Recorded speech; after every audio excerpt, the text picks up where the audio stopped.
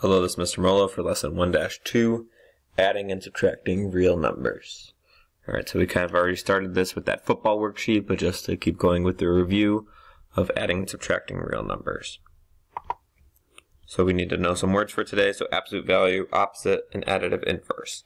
So absolute value, if you remember, is your distance away from zero, so it can never be negative. And it's used by, you see it with the absolute value bars, which we'll see in a couple slides here. Opposites, kind of with adding and subtracting. If you have two opposite numbers, they're going to cancel out. So like a -4 plus 4 is going to be 0. And kind of the same thing with additive inverse. How you can say, you know, -4 plus 4 is really the same thing as, you know, a 4 minus 4, where you're reversing those additives.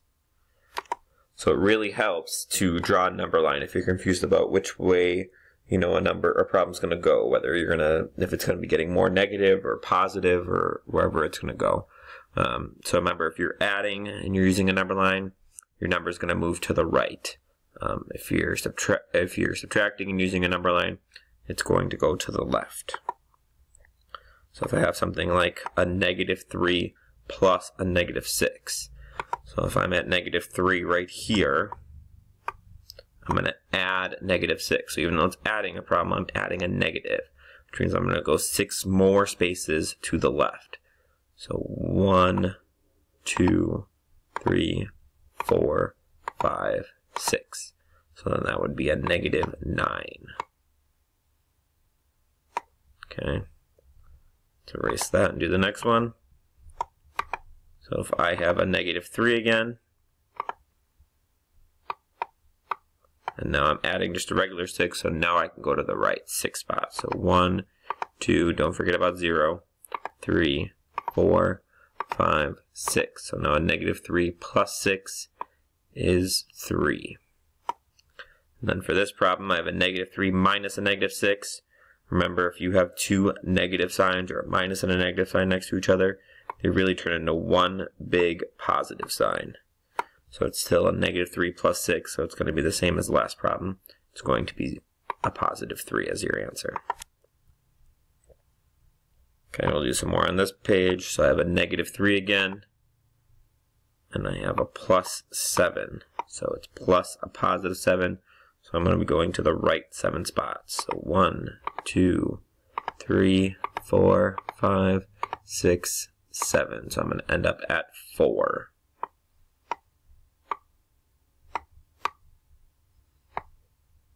Alright, let's erase this.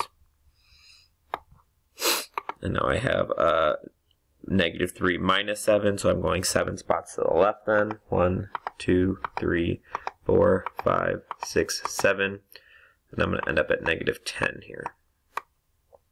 Okay, same thing here. I have a minus and negative, so it's really going to turn into one big plus sign. So -5 plus 6.5, it's going to end up being 1.5. Kind of hard to do decimals on a number line. So another way to think about it is positives are a yellow card, reds are a negative card, to kind of see that visualization. Okay, and then what we talked about before, so subtracting, you know, subtract a number and its opposite. So when you're subtracting with counters, you need to flip them over to change it. So kind of like with this example here. So I have -4, remember, that's going to be our red card, and a +6, so it's my yellow card, and we're just going to cancel them out. What's left? 2 yellow ones. Remember, yellow is positive, so -4 plus 6 gives me a +2. Okay, +5 minus 8 is really the same as 5 plus a -8. So my 5s are positive, so there's my 5 yellows.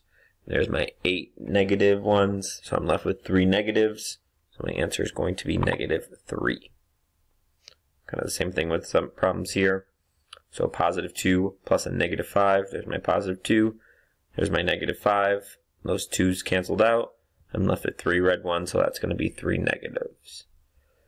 Kind of the same thing here, except here I have this minus a negative again, so I'm going to get a plus sign. So it's really just 4 plus 1, so you're going to get 5.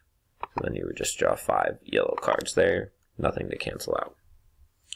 So pretty much a rule of thumb is if you have the same sides, you add the numbers and use that sign. If you have different signs, you subtract it. And then this use of larger sign means whichever number is larger.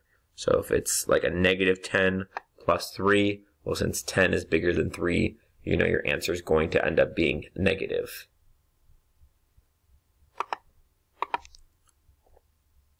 All right, and some more examples here. So 5 plus 7 is 12. Negative 5 plus a negative 7 is negative 12. Here we have a negative 5 and a 7. 7 is bigger than 5, so my answer is going to end up being whatever the 7 is, and the 7 happens to be positive. So the answer is going to be positive 2. I have a 5 plus a negative 7. Again, I have two different signs there. My answer is going to be whichever one is bigger. Again, 7 is bigger than 5. This time 7 is negative, so my answer is going to be negative 2. Okay, and then what we talked about with the keep, change, change, basically. So when we go and see one of those negative numbers minus a negative, you're going to end up switching signs. So like here, you're going to keep this a negative, change, change. And it even works for these problems here. So negative 5 minus 7, well, keep, change, and this is a positive 7, so I'm going to change it to a negative 7. So if some of you like seeing that instead, it means exactly the same thing. Okay, so you can also do that if that makes it easier for you. Next we'll go on to some absolute values. So remember absolute value, and this is the last thing we'll talk about today. So it's your distance away from 0. So your distance cannot be negative. You can go east or west or north or south, but you can't go negative. So the absolute value of 83 is just going to be 83. It's already positive. We don't have to change anything. The absolute value of negative 83 is going to be 83. Okay, there's no such thing as a negative distance. Here I have to solve the problem first. So I have a negative 8 plus 3, which is going to give me a negative 5, but it's still in these absolute value bars, so it's really going to end up being positive 5 is my answer. Okay, and then kind of the same thing here. 8 plus a negative 3 is positive 5. Absolute value of positive 5 is still 5.